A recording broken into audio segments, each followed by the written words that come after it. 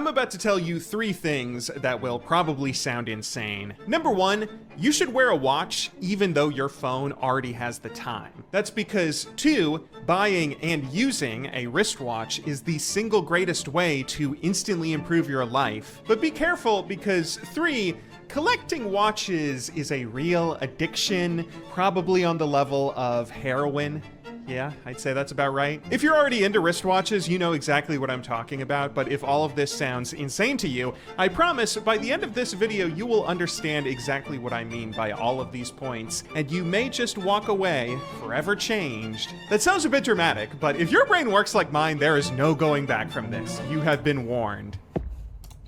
Alright guys, stop scrolling because the watch that we're reacting to today, this thing is either the most slept on daily diver in the entire hobby or the most overhyped hunk of steel on the most slept on daily diver. And yeah, the guy in the original video is already going off about how wearing a watch can fix your productivity, your style, your self-respect, basically everything short of curing global warming, allegedly.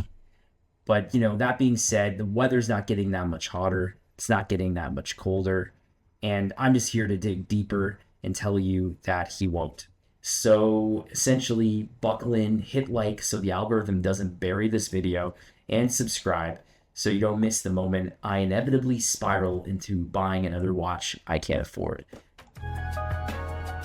All of this started for me at the beginning of this past year, when my dad gifted me an old watch. It's a quartz Suntime New York Mets watch somebody probably gave him in the 80s or 90s. He found it laying around in storage, broken, but thought that I might like it because I'm a big fan of the Mets. The New York Mets are the only reason that my mom and dad ever met, so I credit them to cursing me with life, and I am now cursed to forever be their fan. Anyway, I was really interested when he gave me this watch because I had seen a YouTube video about how an analog wristwatch is a sneaky good productivity device, and I had wanted to try wearing one around. I took it to my local jewelers for repair, and as they were looking at it in the back room, I admired some of the watches they had in their display case. Watches really are a cool thing when you see a nice one in person. The jeweler came back and told me though that the movement was broken and would need to be replaced. It would cost about 80 bucks and take around 2 weeks to get done, but I said go ahead and do it since the watch had obvious sentimental value to me. Over the course of those 2 weeks, I started getting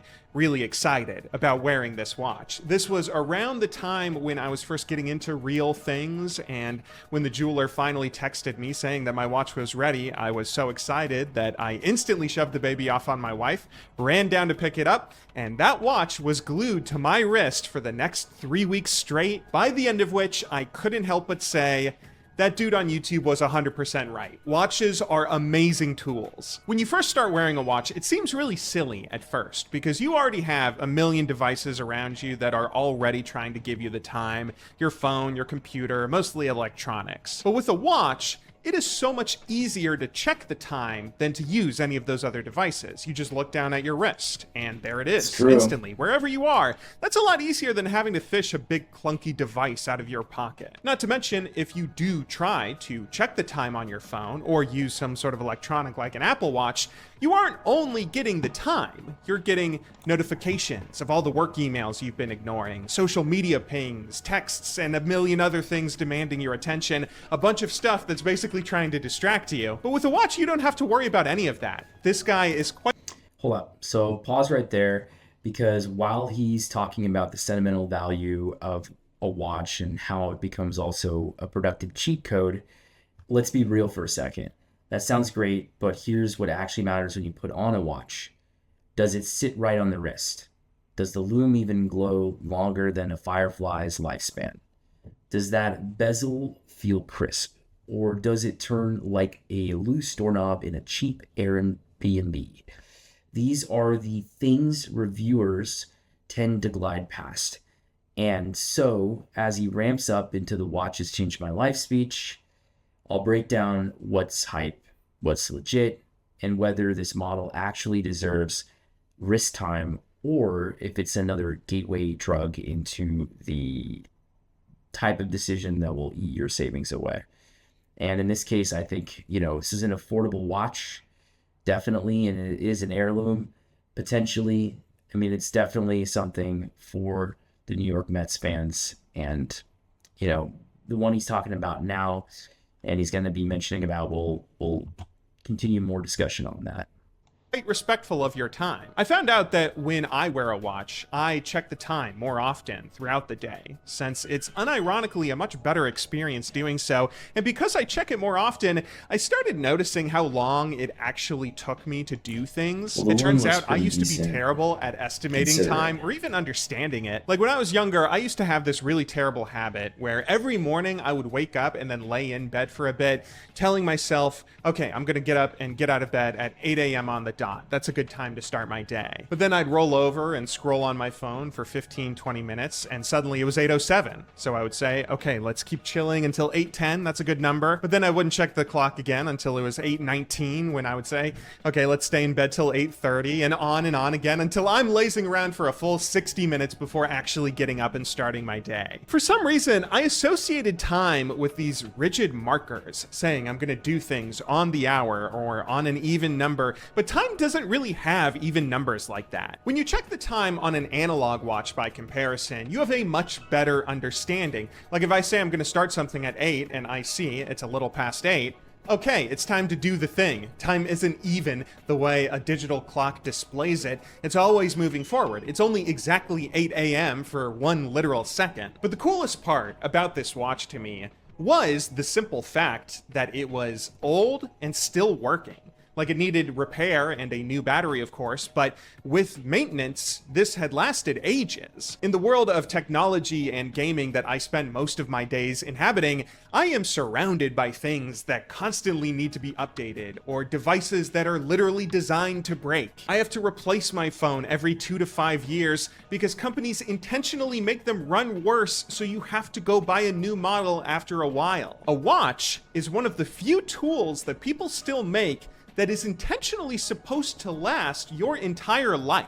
It's something you are supposed to be able to pass down to your children and them to their children. Some watch brands literally have mottos like, you never actually own one of our watches, you merely look after it for the next generation. Having something permanent like that in our disposable world, something that also reminds me of my dad and my family and the Mets, that's really cool, and it got me interested to learn more about wristwatches.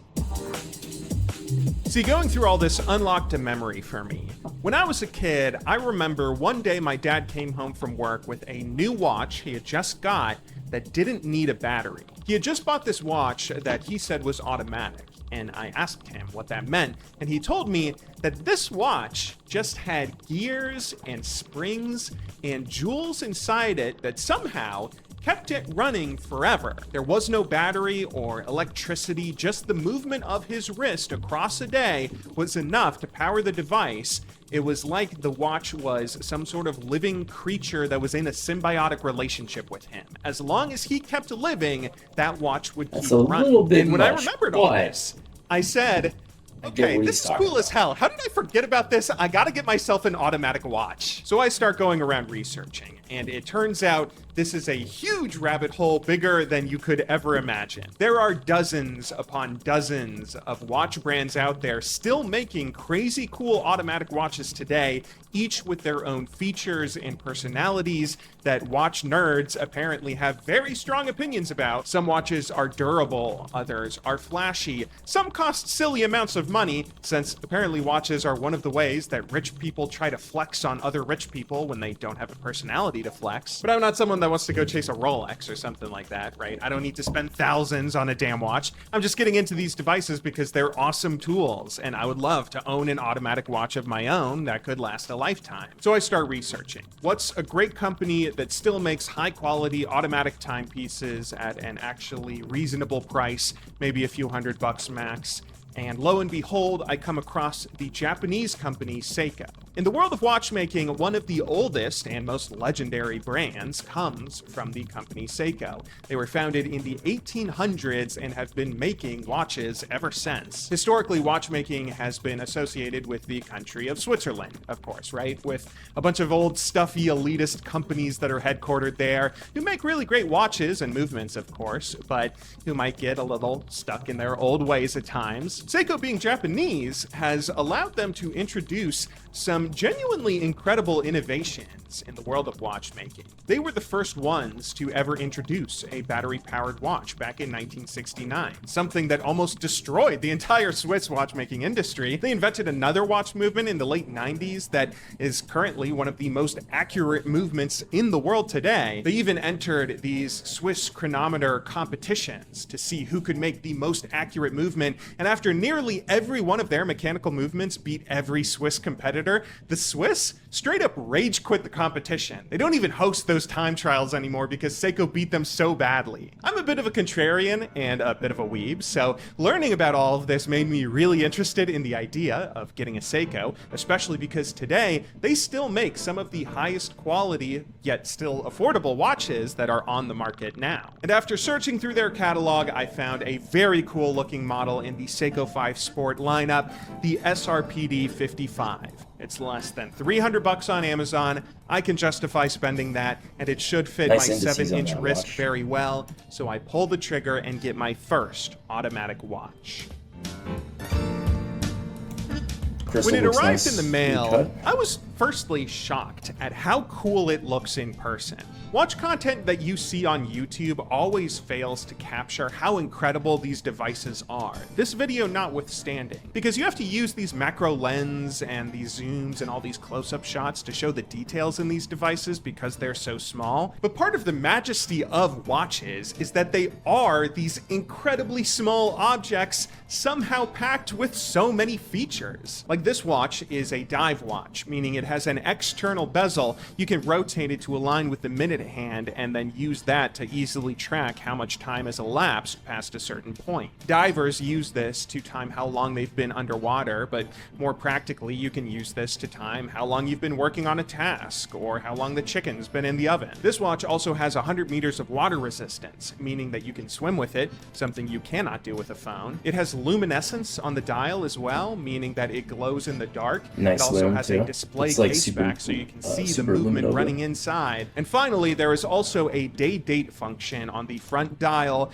which is very useful for me since every time I'm filling out a form at a doctor's office, I can never remember what date it is, but now it's a super easy and simple thing to check. So once again, when I first get this watch, it is glued to my wrist for weeks. I love wearing it. It has weight, it oozes quality, and makes me feel like a serious person when I put it on. I mostly use it as a productivity tool first and foremost, but after a while, it just became really fun to wear. I liked dressing up in fancy outfits that felt like they complemented the watch. I liked taking it on little adventures outdoors, and I started to feel so much joy every morning that I put it on.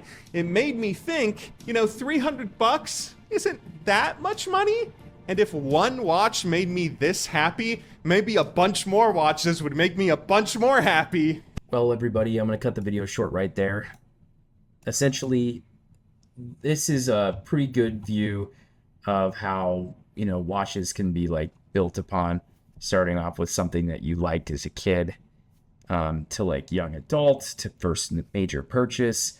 And essentially, after all the hype, the history, family nostalgia, and the I might accidentally start a Rolex fund energy, this watch actually holds up.